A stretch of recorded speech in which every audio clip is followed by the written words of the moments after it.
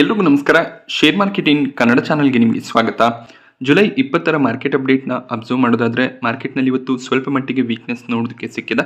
Nifty 0.4% correct ಆಯಿತು. 96 ಪಾಯಿಂಟ್ಗಳ down side ನಿಫ್ಟಿಯಲ್ಲಿ ನೋಡೋದಕ್ಕೆ ಸಿಕ್ಕಿದೆ. 24,238ರ ಲೆವೆಲಲ್ಲಿ ನಿಫ್ಟಿ ಕ್ಲೋಸಿಂಗ್ ಅನ್ನು ಕೊಟ್ಟಿದೆ. ಬಟ್ ಬೆಳಿಗ್ಗೆ 24,150ರ ಕೆಳಗಡೆ ನಿಫ್ಟಿ ಹೋಗಿತ್ತು. ಬಟ್ ಆ ಒಂದು ಲೆವೆಲ್ನಿಂದ ಸ್ವಲ್ಪ ಮಟ್ಟಿಗೆ ರಿಕವರಿ ನೋಡೋದಕ್ಕೆ ಸಿಕ್ಕಿದೆ. ಸೆನ್ಸೆಕ್ಸ್ನಲ್ಲಿ ಕೂಡ 0.6% ಡೌನ್ ಸೈಡ್ ನೋಡೋದಕ್ಕೆ ಸಿಕ್ತು. ಬ್ಯಾಂಕ್ ನಿಫ್ಟಿ ಕೂಡ 1% ಇವತ್ತು ಕರೆಕ್ಟ್ ಆಗಿದೆ. ಸೊ ವೀಕೆಂಡ್ನಲ್ಲಿ 4 ಟಾಪ್ ಬ್ಯಾಂಕ್ಗಳು ತಮ್ಮ ರಿಸಲ್ಟ್ಸ್ ಅನ್ನು ಅನೌನ್ಸ್ ಮಾಡಿದ್ರು. ಆ ಒಂದು ರೀಸನ್ನಿಂದ ನಿಫ್ಟಿಯ ಕೆಲವು ಬ್ಯಾಂಕಿಂಗ್ ಸೆಕ್ಟರ್ನ ಸ್ಟಾಕ್ಗಳಲ್ಲಿ ವೀಕ್ನೆಸ್ ನೋಡೋದಕ್ಕೆ ಸಿಕ್ತು. ಅದರ ಎಫೆಕ್ಟ್ ಬ್ಯಾಂಕ್ ನಿಫ್ಟಿಯಲ್ಲಿ ನೋಡೋದಕ್ಕೆ ಸಿಕ್ಕಿದೆ. ನಿಫ್ಟಿ ಐಟಿ ಇಂಡೆಕ್ಸ್ನಲ್ಲಿ ಕೂಡ ವೀಕ್ನೆಸ್ ಕಂಟಿನ್ಯೂ ಆಯಿತು. 0.2% ನಿಫ್ಟಿ ಐಟಿ ಇವತ್ತು ಡೌನ್ ಆಗಿದೆ. ನಿಫ್ಟಿ ಆಟೋ ಇಂಡೆಕ್ಸ್ ಕೂಡ 0.3% ಡೌನ್ ಆಗಿದೆ. ಇರಾನ್ ಮತ್ತು US ನಡುವೆ ಕಾನ್ಫ್ಲಿಕ್ಟ್ ಇನ್ನೂ ಕೂಡ ಕಂಟಿನ್ಯೂ ಆಗ್ತದೆ. ಜುಲೈ 8, ಜುಲೈ 7ರ ಟೈಮ್ನಲ್ಲಿ ನಾವು ಅಬ್ಸರ್ವ್ ಮಾಡಿದಾಗ ಇನ್ನೇನು ಈ ಒಂದು ಪೀಸ್ ಡೀಲ್ ಸೈನ್ ಆಗುತ್ತೆ ಅನ್ನೋಂಥ ಎಕ್ಸ್ಪೆಕ್ಟೇಷನ್ಸ್ ಇತ್ತು. ಬಟ್ ಅದಾದಮೇಲೆ ಮತ್ತೆ ಅಟ್ಯಾಕ್ಸ್ ಸ್ಟಾರ್ಟ್ ಆಗಿದೆ. ಸೊ ಇರಾನ್ ಈಗ ಒಂದು ನ್ಯೂಸನ್ನು ಕೊಟ್ಟಿದ್ದಾರೆ. ಮೇ ಬಿ ಈ ಒಂದು ನ್ಯೂಸ್ನಿಂದ ಕೂಡ ಸ್ವಲ್ಪ ಮಟ್ಟಿಗೆ ಮಾರ್ಕೆಟ್ನಲ್ಲಿ ರಿಕವರಿ ಮಧ್ಯಾಹ್ನದ ನಂತರ ಬಂದಿದೆ. ಏನು ನ್ಯೂಸ್ ಅಂದರೆ ಮೀಡಿಯೇಷನ್ ಪ್ರಪೋಸಲ್ಸ್ ಬಂದಿದೆ ಅನ್ನುವಂಥ ನ್ಯೂಸ್ ಆಗಿರುತ್ತೆ. ಅಂದರೆ ರೀಸೆಂಟಾಗಿ ಪಾಕಿಸ್ತಾನ ಕೂಡ US ಮತ್ತು ಇರಾನ್ ನಡುವೆ ಮಧ್ಯಸ್ಥಿಕೆಯನ್ನು ವಹಿಸಿ ಈ ಒಂದು ವಾರನ್ನು ಸ್ಟಾಪ್ ಮಾಡುವಂಥ ಪ್ರಯತ್ನವನ್ನು ಮಾಡಿದ್ರು. ಬಟ್ ಪಾಕಿಸ್ತಾನದಿಂದ ಅದು ಸಾಧ್ಯ ಆಗಿರಲಿಲ್ಲ. ಬಟ್ ಈಗ ಬೇರೆ ದೇಶಗಳು ಮೀಡಿಯೇಷನ್ ಪ್ರಪೋಸಲ್ಸ್ ಅನ್ನು ಕೊಟ್ಟಿದೆ ಅಂತ ಇರಾನ್ ಒಂದು ಸ್ಟೇಟ್ಮೆಂಟ್ ಅನ್ನು ಕೊಟ್ಟಿದ್ದಾರೆ. ಇರಾನ್ ಫಾರಿನ್ ಮಿನಿಸ್ಟರ್ ಕಡೆಯಿಂದ ಈ ಒಂದು ಸ್ಟೇಟ್ಮೆಂಟ್ ಬಂದಿದೆ. ಇದರಿಂದ ಮತ್ತೆ ಕ್ರೂಡ್ ಪ್ರೈಸಸ್ ಸ್ವಲ್ಪ ಡ್ರಾಪ್ ಆಗಿದೆ. ಆ ರೀಸನ್ನಿಂದ ಮಾರ್ಕೆಟ್ನಲ್ಲಿ ರಿಕವರಿ ಬಂದಿರಬಹುದು. ಬಟ್ ಈಗ ರೀಸೆಂಟಾಗಿ ಕಾನ್ಫ್ಲಿಕ್ಟ್ ಸ್ಟಾರ್ಟ್ ಆದಮೇಲೆ ಕ್ರೂಡ್ನ ಪ್ರೈಸ್ನಲ್ಲಿ ಅಷ್ಟೊಂದು ಜಂಪ್ ನೋಡೋದಕ್ಕೆ ಸಿಗ್ತಿಲ್ಲ. ಅದಕ್ಕೆ ರೀಸನ್ ಕ್ರೂಡ್ನ ಮೇಜರ್ ಇಂಪೋರ್ಟರ್ ಆಗಿರುವಂಥ ಚೀನಾ ಕ್ರೂಡ್ ಇಂಪೋರ್ಟನ್ನು ಸಾಕಷ್ಟು ಕಡಿಮೆ ಮಾಡಿದೆ. ಸೊ ಚೀನಾದಲ್ಲಿ ಸಾಕಷ್ಟು ಎಲೆಕ್ಟ್ರಿಕ್ ವೆಹಿಕಲ್ಸ್ಗಳ ಬಳಕೆ ಆಗ್ತದೆ. ಸೊ ಕ್ರೂಡ್ ಆಯಿಲ್ನ ಮೇಲಿನ ಡಿಪೆಂಡೆನ್ಸಿಯನ್ನು ಅವರು ಕಡಿಮೆ ಮಾಡ್ತಾ ಬರ್ತಿದ್ದಾರೆ. ಹಾಗೆ US ಕೂಡ ಹೆಚ್ಚಿನ ಒಂದು ಕ್ರೂಡ್ ಆಯಿಲನ್ನು ಪ್ರೊಡ್ಯೂಸ್ ಮಾಡ್ತಿರೋದ್ರಿಂದ ಆ ರೀಸನ್ನಿಂದ ಕ್ರೂಡ್ನ ಪ್ರೈಸ್ನಲ್ಲಿ ಸಡನ್ ಜಂಪ್ ನಮಗೆ ನೋಡೋದಕ್ಕೆ ಸಿಗ್ತಿಲ್ಲ. ಇದರಿಂದ ಮಾರ್ಕೆಟ್ನಲ್ಲಿ ಕೂಡ ಅಷ್ಟಾಗಿ ನೆಗೆಟಿವ್ ರಿಯಾಕ್ಷನ್ಸ್ ಬರ್ತಿಲ್ಲ. ಬಟ್ ಈ ಒಂದು ಪ್ರಪೋಸಲ್ ಬೇಸಿಸ್ ಮೇಲೆ ಏನಾದರೂ ಶಾಂತಿ ಮಾತುಕತೆ ಆಗುತ್ತಾ, ಅದನ್ನು ನಾವು ಅಬ್ಸರ್ವ್ ಮಾಡಬೇಕಾಗುತ್ತೆ. ಬಟ್ ಟ್ರಂಪ್ ಯಾವುದೇ ಸಂದರ್ಭದಲ್ಲಿ ಯಾವುದೇ ರೀತಿಯ ಡಿಸಿಷನ್ಸ್ಗಳನ್ನು ತಗೋಬಹುದು. ಅದು ಮಾರ್ಕೆಟ್ನ ಮೇಲೆ ನೆಗೆಟಿವ್ ಇಂಪ್ಯಾಕ್ಟನ್ನು ಕೂಡ ತರಬಹುದು. ನೋಡಬೇಕಾಗುತ್ತೆ ಈ ಒಂದು ವಾರ್ಗೆ ಫುಲ್ ಸ್ಟಾಪ್ ಈಗಾದರೂ ಬೀಳುತ್ತಾ ಅಂತ. ನಿಫ್ಟಿ ಟಾಪ್ ಗೇನರ್ಸ್ ಮತ್ತು ಲೂಸರ್ಸ್ ಅನ್ನು ಅಬ್ಸರ್ವ್ ಮಾಡಿದಾಗ ಟ್ರೆಂಟ್ ಇವತ್ತು ಟಾಪ್ ಗೇನರ್ ಆಗಿತ್ತು. 3% ಜಂಪ್ ಟ್ರೆಂಟ್ ಸ್ಟಾಕ್ ಪ್ರೈಸ್ನಲ್ಲಿ ನೋಡೋದಕ್ಕೆ ಸಿಕ್ಕಿದೆ. ಪವರ್ ಗ್ರಿಡ್ ಕೂಡ 2% ಗೇನ್ ಆಗಿದೆ. ಭಾರತೀಯ ಏರ್ಟೆಲ್ನಲ್ಲಿ ಕೂಡ 1.5% ಜಂಪ್ ನೋಡೋದಕ್ಕೆ ಸಿಕ್ತು. ಇವತ್ತು ಫಾರ್ಮಾ ಸೆಕ್ಟರ್ನ ಸ್ಟಾಕ್ಗಳಲ್ಲಿ ಒಳ್ಳೆಯ ಒಂದು ಮೊಮೆಂಟಮ್ ಇತ್ತು. ಸಿಪ್ಲಾ 1.6% ಗೇನ್ ಆಗಿದ್ರೆ ಟೊರೆಂಟ್ ಫಾರ್ಮಾ, ಮ್ಯಾನ್ಕೈಂಡ್ ಫಾರ್ಮಾ ಈ ಸ್ಟಾಕ್ಗಳಲ್ಲಿ ಕೂಡ ಒಳ್ಳೆಯ ಒಂದು ಮೊಮೆಂಟಮ್ ನೋಡೋದಕ್ಕೆ ಸಿಕ್ಕಿದೆ. JSW ಸ್ಟೀಲ್ ಕೂಡ 1.6% ಇವತ್ತು ಗೇನ್ ಆಯಿತು. ಸೊ ಕೆಲವೊಂದಿಷ್ಟು ಡಿಫೆನ್ಸಿವ್ ಸ್ಟಾಕ್ಗಳು ಇವತ್ತು ಸ್ಟ್ರಾಂಗ್ ಆಗಿ ಪರ್ಫಾರ್ಮ್ ಮಾಡಿದೆ. ವೀಕ್ ಮಾರ್ಕೆಟ್ನಲ್ಲಿ ಕೂಡ ಒಂದು ಸ್ಟ್ರಾಂಗ್ ಟ್ರೇಡಿಂಗ್ ನಮಗೆ ನೋಡೋದಕ್ಕೆ ಸಿಕ್ಕಿದೆ. ಬಟ್ ಇವತ್ತು ವೀಕ್ ಆಗಿ ಟ್ರೇಡ್ ಆದಂಥ ಸೆಕ್ಟರ್ ಬ್ಯಾಂಕಿಂಗ್ ಸೆಕ್ಟರ್ ಆಗಿರುತ್ತೆ. Axis bank, HDFC bank, Kotak Mahindra bank stock ಪ್ರೈಸ್ಗಳಲ್ಲಿ ಸಾಕಷ್ಟು ವೀಕ್ನೆಸ್ ನೋಡೋದಕ್ಕೆ ಸಿಕ್ಕಿದೆ. ಆಕ್ಸಿಸ್ ಬ್ಯಾಂಕ್ 5.5% ಡ್ರಾಪ್ ಆಯಿತು. HDFC ಬ್ಯಾಂಕ್ ಹೈಯೆಸ್ಟ್ ವೇಟೇಜ್ ಹೊಂದಿರುವಂಥ ಕಂಪನಿ, ಈ ಒಂದು ಸ್ಟಾಕ್ 5% ಕರೆಕ್ಟ್ ಆಗಿದೆ. ಕೋಟಕ್ ಮಹೀಂದ್ರಾ ಬ್ಯಾಂಕಲ್ಲಿ ಕೂಡ 2% ಡೌನ್ ಸೈಡ್ ನೋಡೋದಕ್ಕೆ ಸಿಕ್ಕಿದೆ. ಇದಕ್ಕೆ ರೀಸನ್ ವೀಕೆಂಡಲ್ಲಿ ಬಂದಂಥ ರಿಸಲ್ಟ್ ಆಗಿರುತ್ತೆ. So ICICI bank, Axis bank, Kotak Mahindra ಬ್ಯಾಂಕ್ನ ರಿಸಲ್ಟ್ಸ್ ಸ್ಟ್ರಾಂಗ್ ಆಗೇನೆ ಇತ್ತು. ಬಟ್ HDFC ಬ್ಯಾಂಕ್ ಎಸ್ಟಿಮೇಷನನ್ನು ಮಿಸ್ ಮಾಡಿಕೊಂಡಿದೆ. But still HDFC bank, Axis bank, Kotak Mahindra bank ಸ್ಟಾಕ್ಗಳಲ್ಲಿ ವೀಕ್ನೆಸ್ ನೋಡೋದಕ್ಕೆ ಸಿಕ್ಕಿದೆ. ಅದಕ್ಕೆ ಕೆಲವೊಂದಿಷ್ಟು ಪಾಯಿಂಟ್ಗಳು ಕಾರಣ ಆಗಿರುತ್ತೆ. ಸೊ ಮೊದಲನೇದಾಗಿ HDFC ಬ್ಯಾಂಕ್ನ ಪ್ರಾಫಿಟ್ಸನ್ನು ಅಬ್ಸರ್ವ್ ಮಾಡಿದಾಗ ಇಯರ್ ಆನ್ ಇಯರ್ ಪ್ರಾಫಿಟ್ಸ್ ಕೇವಲ 5% ಮಾತ್ರ ಇನ್ಕ್ರೀಸ್ ಆಯಿತು. ಎಸ್ಟಿಮೇಷನ್ಸ್ ಮಿಸ್ ಆಗಿದೆ. ಅದೇ ರೀತಿಯಲ್ಲಿ ನೆಟ್ ಇಂಟ್ರೆಸ್ಟ್ ಮಾರ್ಜಿನ್ಸ್ ಕೂಡ ಡ್ರಾಪ್ ಆಗಿದೆ. ಕೇವಲ 3.2% ನೆಟ್ ಇಂಟ್ರೆಸ್ಟ್ ಮಾರ್ಜಿನನ್ನು ಡಿಕ್ಲೇರ್ ಮಾಡಿದ್ದಾರೆ. ನೆಟ್ ಇಂಟ್ರೆಸ್ಟ್ ಇನ್ಕಮ್ ಕೂಡ ಕೇವಲ 6% ಇಯರ್ ಆನ್ ಇಯರ್ ಗ್ರೋ ಆಗಿದೆ. ಈ ರೀಸನ್ನಿಂದ HDFC ಬ್ಯಾಂಕ್ ಸ್ಟಾಕ್ ಪ್ರೈಸ್ನಲ್ಲಿ ಸಾಕಷ್ಟು ವೀಕ್ನೆಸ್ ಬಂದಿದೆ. ICICI ಬ್ಯಾಂಕನ್ನು ನಾವು ಅಬ್ಸರ್ವ್ ಮಾಡಿದಾಗ profits 16% year on year increase ಆಗ್ತಿರೋದು ಕಾಣಿಸ್ತಿದೆ. ಹಾಗೆಯೇ ನೆಟ್ ಇಂಟ್ರೆಸ್ಟ್ ಇನ್ಕಮ್ ಕೂಡ 12% ಇನ್ಕ್ರೀಸ್ ಆಗಿದೆ. ಕಂಪನಿಯ ನೆಟ್ ಇಂಟ್ರೆಸ್ಟ್ ಮಾರ್ಜಿನ್ಸ್ 4.3% ಇದೆ, ಸ್ಟ್ರಾಂಗ್ ಆಗಿ ಇಂಪ್ರೂವ್ ಆಗಿದೆ. ಹಾಗೆಯೇ ನಾವು ಆಕ್ಸಿಸ್ ಬ್ಯಾಂಕನ್ನು ಅಬ್ಸರ್ವ್ ಮಾಡಿದಾಗ ಪ್ರಾಫಿಟ್ಸ್ ಸ್ಟ್ರಾಂಗ್ ಆಗಿತ್ತು. 22% year on year profit jump ಆಗಿದೆ. ಬಟ್ ನೆಟ್ ಇಂಟ್ರೆಸ್ಟ್ ಇನ್ಕಮ್ ಕೇವಲ 8% ಇನ್ಕ್ರೀಸ್ ಆಗಿದೆ. ಆಕ್ಸಿಸ್ ಬ್ಯಾಂಕಲ್ಲಿ ಪ್ರಾಬ್ಲಮ್ ಆಗಿದ್ದು ಇವರ net interest margins. So margins 16 BPSನಷ್ಟು ಫಾಲ್ ಆಗ್ತಿರೋದು ಸ್ವಲ್ಪ ಮಟ್ಟಿಗೆ ನೆಗೆಟಿವಿಟಿಗೆ ಕಾರಣ ಆಗಿದೆ. ಕೋಟಕ್ ಮಹೀಂದ್ರಾ ಬ್ಯಾಂಕ್ನ ಕೇಸ್ನಲ್ಲಿ ಕೂಡ ಅದೇ ರೀತಿಯಲ್ಲಿ ಆಗಿದೆ. ನೆಟ್ ಇಂಟ್ರೆಸ್ಟ್ ಮಾರ್ಜಿನ್ಸ್ ಫಾಲ್ ಆಗಿದೆ. ಬಟ್ ಕೋಟಕ್ ಮಹೀಂದ್ರಾ ಬ್ಯಾಂಕ್ನ profits, net interest income strong ಆಗಿ ಕಾಣಿಸಿದೆ. ಓವರ್ ಆಲ್ ಈ 4 ಬ್ಯಾಂಕ್ಗಳ ರಿಸಲ್ಟನ್ನು ಕಂಪೇರ್ ಮಾಡಿದಾಗ ICICI ಬ್ಯಾಂಕ್ ಒಂದು ಸ್ಟ್ರಾಂಗ್ ಪರ್ಫಾರ್ಮರ್ ಆಗಿದೆ. Axis bank, Kotak Mahindra bank ಒಳ್ಳೆ ಒಂದು ರಿಸಲ್ಟನ್ನು ಡಿಕ್ಲೇರ್ ಮಾಡಿದ್ದಾರೆ. ಬಟ್ ನೆಟ್ ಇಂಟ್ರೆಸ್ಟ್ ಮಾರ್ಜಿನ್ಸ್ ಸ್ವಲ್ಪ ಡ್ರಾಪ್ ಆಗಿರೋದ್ರಿಂದ ಸ್ಟಾಕ್ ಪ್ರೈಸ್ನಲ್ಲಿ ವೀಕ್ನೆಸ್ ನೋಡೋದಕ್ಕೆ ಸಿಕ್ಕಿದೆ. ಬಟ್ HDFC ಬ್ಯಾಂಕ್ ಕಂಪ್ಲೀಟ್ ಆಗಿ ಎಸ್ಟಿಮೇಷನ್ಸ್ಗಳನ್ನು ಮಿಸ್ ಮಾಡ್ಕೊಂಡಿದೆ. ನೆಟ್ ಇಂಟ್ರೆಸ್ಟ್ ಮಾರ್ಜಿನ್ಸ್ ಕೂಡ ಡ್ರಾಪ್ ಆಗಿರೋದು ಸ್ವಲ್ಪ ಮಟ್ಟಿಗೆ ನೆಗೆಟಿವ್ ಆಗಿರುತ್ತೆ. ಹಾಗೆ ಎಲ್ಲ ಬ್ಯಾಂಕ್ಗಳ ಅಸೆಟ್ ಕ್ವಾಲಿಟಿ ಸ್ಟ್ರಾಂಗ್ ಆಗಿ ಇಂಪ್ರೂವ್ ಆಗ್ತದೆ. NPS ಕಡಿಮೆ ಆಗಿದೆ. ಹಾಗೆ ಈ ಬ್ಯಾಂಕ್ಗಳು ಪ್ರೊವಿಷನ್ಸ್ಗಳನ್ನು ಏನು ಮಾಡ್ತಾರೆ, ಆ ಪ್ರೊವಿಷನ್ಸ್ ಕೂಡ ಡ್ರಾಪ್ ಆಗ್ತಿರೋದು ಕಾಣಿಸ್ತಿದೆ. ಇದು ಪಾಸಿಟಿವ್ ಸೈನ್ ಆಗಿರುತ್ತೆ. ಹಾಗೆ ಇವತ್ತು ಮಾರುತಿ ಸುಜುಕಿ ಕೂಡ 2% ಕರೆಕ್ಟ್ ಆಗಿದೆ. ಜಿಯೋ ಫಿನಾನ್ಷಿಯಲ್ಸ್ನಲ್ಲಿ ಕೂಡ 1.5% ಡೌನ್ ಸೈಡ್ ನೋಡೋದಕ್ಕೆ ಸಿಕ್ತು. ಆಕ್ಚುಲಿ ಜಿಯೋ ಫಿನಾನ್ಷಿಯಲ್ಸ್ನ ರಿಸಲ್ಟ್ ಸ್ಟ್ರಾಂಗ್ ಆಗಿ ಬಂದಿತ್ತು. ಸೊ ಬ್ಯಾಂಕಿಂಗ್ ಸೆಕ್ಟರ್ನ ಸ್ಟಾಕ್ಗಳಲ್ಲಿ ಬ್ರೋಕರೇಜಸ್ಗಳು ರಿಸಲ್ಟ್ನ ನಂತರ ಟಾರ್ಗೆಟ್ಸನ್ನು ಕೊಟ್ಟಿದ್ದಾರೆ. HDFC ಬ್ಯಾಂಕ್ನಲ್ಲಿ ಓವರ್ ಆಲ್ ಬೈ ರೆಕಮೆಂಡೇಷನ್ಸೇ ಬರ್ತದೆ. ಮೋತಿಲಾಲ್ ಓಸ್ವಾಲ್, ನೋಮುರಾ, UBS, CLSA ಎಲ್ಲರೂ ಕೂಡ ಬೈ ರೆಕಮೆಂಡೇಷನನ್ನು ಕೊಟ್ಟಿದ್ದಾರೆ.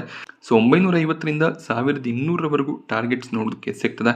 ಆನ್ ಎನ್ ಆವ್ರೇಜ್ ₹1100 ಟಾರ್ಗೆಟ್ಸನ್ನು ಬ್ರೋಕರೇಜ್ಗಳು ಕೊಡ್ತಿದ್ದಾರೆ. ಸೊ ಮುಂದಿನ ಕ್ವಾರ್ಟರ್ಗಳಲ್ಲಿ ಇಂಪ್ರೂವ್ಮೆಂಟ್ ಬರ್ಬೋದು ಅನ್ನೋದು ಬ್ರೋಕರೇಜ್ಗಳ ವ್ಯೂ ಆಗಿರುತ್ತೆ. ಸೊ ICICI ಬ್ಯಾಂಕ್ನಲ್ಲಿ ಕೂಡ ಎಲ್ಲ ಬ್ರೋಕರೇಜ್ಗಳ ಕಡೆಯಿಂದ ಬೈ ರೆಕಮೆಂಡೇಷನ್ ಇದೆ. ಸೊ ನೋಮುರಾ 1620 ಟಾರ್ಗೆಟ್ ಪ್ರೈಸ್ ಅನ್ನು ಕೊಟ್ಟಿದ್ರೆ, ಮೋತಿಲಾಲ್ ಓಸ್ವಾಲ್ 1750 ಟಾರ್ಗೆಟ್ ಪ್ರೈಸ್ ಅನ್ನು ಕೊಟ್ಟಿದ್ದಾರೆ. ಆಲ್ಮೋಸ್ಟ್ 24% ಅಪ್ಸೈಡ್ನ ಪಾಸಿಬಿಲಿಟಿ ಇರುತ್ತೆ ಅನ್ನೋದು ಬ್ರೋಕರೇಜ್ಗಳ ವ್ಯೂ ಆಗಿರುತ್ತೆ. ಹಾಗೆ ಆಕ್ಸಿಸ್ ಬ್ಯಾಂಕಲ್ಲಿ ಕೆಲವು ಬ್ರೋಕರೇಜಸ್ಗಳು ಬೈ ರೆಕಮೆಂಡೇಷನ್ ಕೊಟ್ಟಿದ್ರೆ, ಮೋತಿಲಾಲ್ ಓಸ್ವಾಲ್ನ ಕಡೆಯಿಂದ ನ್ಯೂಟ್ರಲ್ ರೇಟಿಂಗ್ ಬಂದಿದೆ. 1300ರಿಂದ 1600 ಟಾರ್ಗೆಟ್ಸ್ ಇದೆ. ಆನ್ ಎನ್ ಆವ್ರೇಜ್ 1500 ಟಾರ್ಗೆಟ್ಸ್ ಅಂತ ಕನ್ಸಿಡರ್ ಮಾಡ್ಬೋದು. ಕೋಟಕ್ ಮಹೀಂದ್ರಾ ಬ್ಯಾಂಕ್ನಲ್ಲಿ ಕೂಡ 2 ಬ್ರೋಕರೇಜಸ್ಗಳು ಬೈ ರೆಕಮೆಂಡೇಷನ್ನ ಕೊಟ್ಟಿದ್ದಾರೆ. ಆಲ್ಮೋಸ್ಟ್ ಆವ್ರೇಜನ್ನು ಕನ್ಸಿಡರ್ ಮಾಡಿದಾಗ 465 ಟಾರ್ಗೆಟ್ ಪ್ರೈಸ್ ನೋಡೋದಕ್ಕೆ ಸಿಗುತ್ತೆ. ಈಗ ಕೋಟಕ್ ಮಹೀಂದ್ರಾ ಬ್ಯಾಂಕ್ 400 ಅರೌಂಡಲ್ಲಿ ಟ್ರೇಡ್ ಆಗ್ತದೆ. So overall targets strong ಆಗಿನೇ ಕಾಣಿಸುತ್ತೆ. ಬಟ್ ಸ್ಟ್ರಾಂಗ್ ಪರ್ಫಾರ್ಮೆನ್ಸ್ ICICI ಬ್ಯಾಂಕ್ನ ಕಡೆಯಿಂದ ನೋಡೋದಕ್ಕೆ ಸಿಗ್ತದೆ. ಹಾಗೆ ಸಾಕಷ್ಟು ಮ್ಯೂಚುವಲ್ ಫಂಡ್ಗಳು ICICI ಬ್ಯಾಂಕಲ್ಲಿ ತಮ್ಮ ಸ್ಟೇಕನ್ನು ಸ್ಲೋ ಆಗಿ ಇನ್ಕ್ರೀಸ್ ಮಾಡ್ತಾ ಬರ್ತಿದ್ದಾರೆ. ಇದು ಕೂಡ ಪಾಸಿಟಿವ್ ಸೈನ್ ಆಗಿರುತ್ತೆ. ರಿಲಯನ್ಸ್ ಇಂಡಸ್ಟ್ರೀಸ್ ಶುಕ್ರವಾರ ತಮ್ಮ ರಿಸಲ್ಟ್ಸ್ ಅನ್ನು ಅನೌನ್ಸ್ ಮಾಡಿದ್ರು. ಸೊ ಮಾರ್ಕೆಟ್ ಅವರ್ಸ್ನ ನಂತರ ಈ ಒಂದು ರಿಸಲ್ಟ್ ನೋಡೋದಕ್ಕೆ ಸಿಕ್ಕಿತ್ತು. ಸ್ಟಾಕ್ ಬೆಳಿಗ್ಗೆ ಸ್ಟ್ರಾಂಗ್ ಆಗಿ ಟ್ರೇಡ್ ಆಯಿತು. ಬಟ್ ಅದಾದಮೇಲೆ ಸೆಲ್ಲಿಂಗ್ ಪ್ರೆಷರ್ ನೋಡೋದಕ್ಕೆ ಸಿಕ್ಕಿದೆ. ರಿಲಯನ್ಸ್ ಇಂಡಸ್ಟ್ರೀಸ್ ಕೂಡ ಒಂದು ಸ್ಟ್ರಾಂಗ್ ರಿಸಲ್ಟ್ ಅನ್ನು ಡಿಕ್ಲೇರ್ ಮಾಡಿದ್ದಾರೆ. ಗೋಲ್ಡ್ಮನ್ ಸ್ಯಾಕ್ಸ್ ರಿಲಯನ್ಸ್ ಇಂಡಸ್ಟ್ರೀಸ್ನಲ್ಲಿ 41% ಅಪ್ಸೈಡ್ನ ಪಾಸಿಬಿಲಿಟಿ ಇರುತ್ತೆ ಅಂತ ಕೂಡ ಹೇಳಿದ್ದಾರೆ. ಸೊ ಓವರ್ ಆಲ್ ರಿಸಲ್ಟ್ಸ್ ಅನ್ನು ಅಬ್ಸರ್ವ್ ಮಾಡಿದಾಗ ರೆವೆನ್ಯೂಸ್ 3 ಲಕ್ಷ ಕೋಟಿ ಅಮೌಂಟ್ ಅನ್ನು ದಾಟಿದೆ. Year on year, quarter on quarter revenues strong ಆಗಿ ಜಂಪ್ ಆಗ್ತದೆ. ಅದೇ ರೀತಿಯಲ್ಲಿ ಎಕ್ಸ್ಪೆನ್ಸಸ್ ಕೂಡ ಇನ್ಕ್ರೀಸ್ ಆಯಿತು. ಓವರ್ ಆಲ್ ಪ್ರಾಫಿಟ್ಸ್ ಅನ್ನು ನಾವು ಅಬ್ಸರ್ವ್ ಮಾಡಿದಾಗ year on year, quarter on quarter profits increase ಆಗಿದೆ.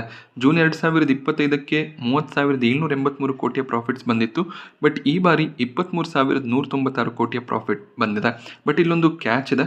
ನೀವು ಅದರ್ ಇನ್ಕಮ್ ಸೆಕ್ಷನ್ ಅನ್ನು ಅಬ್ಸರ್ವ್ ಮಾಡಿ, ಜೂನ್ 2025ರಲ್ಲಿ 16,000 ಕೋಟಿ ಅರೌಂಡಲ್ಲಿ ಅದರ್ ಇನ್ಕಮ್ ಇತ್ತು. ಅದು ಈ ಬಾರಿ ಸಾಕಷ್ಟು ಕಡಿಮೆ ಇದೆ. ಸೊ ಕನ್ಸಿಸ್ಟೆಂಟ್ ಆಗಿ 4,000ರಿಂದ 5,000 ಕೋಟಿಯ ಅದರ್ ಇನ್ಕಮ್ ಇರುತ್ತೆ. ಬಟ್ ಲಾಸ್ಟ್ ಇಯರ್ ತುಂಬ ಹೆಚ್ಚಿನ ಅದರ್ ಇನ್ಕಮ್ ಇತ್ತು. ಸೊ ಆ ಕೇಸ್ನಲ್ಲಿ ನಾವು ಆಪರೇಟಿಂಗ್ ಪ್ರಾಫಿಟನ್ನು ಅಬ್ಸರ್ವ್ ಮಾಡ್ಬೋದಾಗುತ್ತೆ.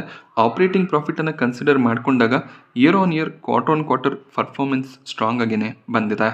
ಸೊ ಗೋಲ್ಡ್ಮನ್ ಸ್ಯಾಕ್ಸ್ 41% ಅಪ್ಸೈಡ್ನ ಪಾಸಿಬಿಲಿಟಿ ಇರುತ್ತೆ ಅಂತ 1870 ಟಾರ್ಗೆಟ್ ಪ್ರೈಸನ್ನು ಕೊಟ್ಟಿದ್ದಾರೆ. ನೋಮುರಾ ಕೂಡ ಬೈ ರೆಕಮೆಂಡೇಷನ್ ಕೊಟ್ಟಿದ್ದು 1700 ಅರೌಂಡಲ್ಲಿ ಟಾರ್ಗೆಟ್ ಪ್ರೈಸನ್ನು ಕೊಟ್ಟಿದ್ದಾರೆ. CLSA ಕಡೆಯಿಂದ ಔಟ್ ಪರ್ಫಾರ್ಮ್ ರೇಟಿಂಗ್ ನೋಡೋದಕ್ಕೆ ಸಿಗ್ತದೆ. Oil to chemical business strong ಆಗಿ ಪರ್ಫಾರ್ಮ್ ಮಾಡಿದೆ. ರಿಟೇಲ್ ಬಿಸ್ನೆಸ್ನಲ್ಲಿ ಸ್ವಲ್ಪ ಮಟ್ಟಿಗೆ ಪ್ರಾಬ್ಲಮ್ಸ್ ಕಾಣಿಸಿದೆ. ಬಟ್ ಮುಂದಿನ ಕ್ವಾರ್ಟರ್ಗಳಲ್ಲಿ ಪರ್ಫಾರ್ಮೆನ್ಸ್ ಇಂಪ್ರೂವ್ ಆಗ್ಬೋದು. ರಿಲಯನ್ಸ್ ಒಂದು ಕಾಂಗ್ಲೋಮರೇಟ್ ಬಿಸ್ನೆಸ್ ಆಗಿರುತ್ತೆ.